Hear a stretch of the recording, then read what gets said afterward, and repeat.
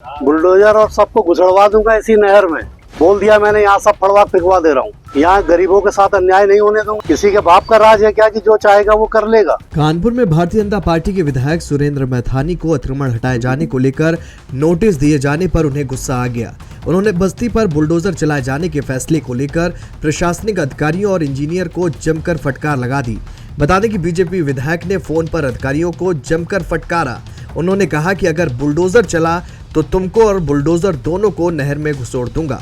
ये यहाँ से नोटिस हट जाए, किसी का घर गिराया नहीं जाएगा। सीएम योगी आदित्यनाथ और पीएम मोदी गरीब लोगों को घर दे रहे हैं और आप लोगों के घर को बुलडोजर से ध्वस्त कराओगे। और क्या कुछ कहा बीजेपी विधायक ने, ये भी आपको सुनाते हैं। 16 मार्च को और यहाँ पर अभी तुमने नोटिस लगा दी हमारे यहाँ पूरी बस्ती में।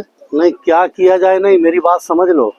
यहाँ पे अगर तुमने आगे कोई कदम उठाया मनोज, और कोई अगर यहाँ बुलडोजर आया तो तुम्हारी कंपनी का और तुम्हारे बुलडोजर तीनों का मैं स्वागत करूंगा।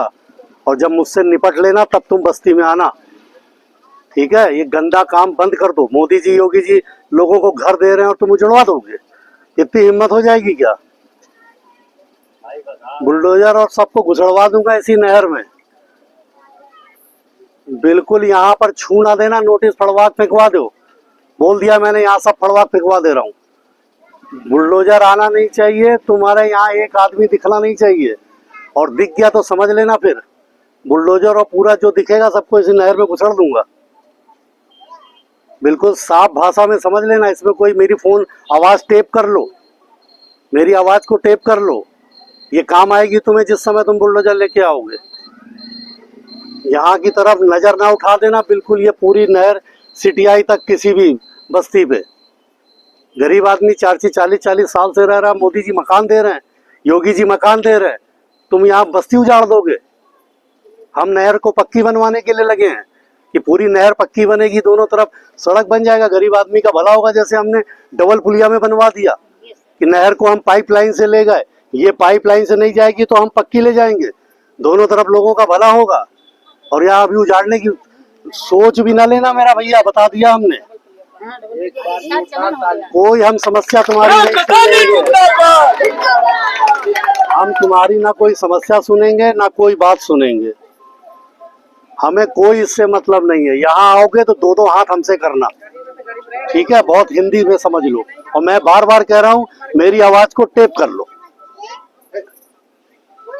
किसी की हो, मैं यहाँ पे नहीं सुनूंगा।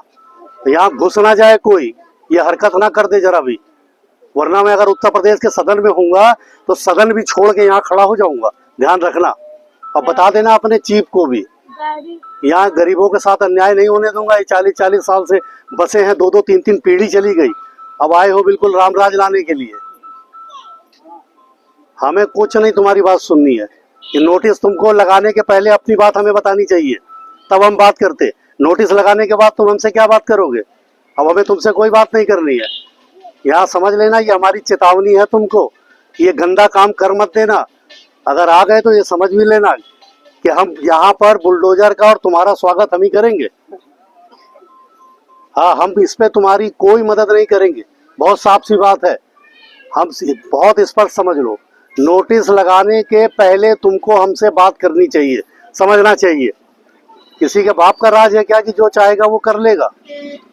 ऐसे नहीं होता। मोदी जी योगी जी मकान दे रहे हैं और यहाँ बुलडोजर खड़ा कर दोगे। बिल्कुल यहाँ सोच भी ना लेना। मैं यहाँ खड़ा हूँ, मैं लखनऊ का सदन भी छोड़ दूंगा अपना।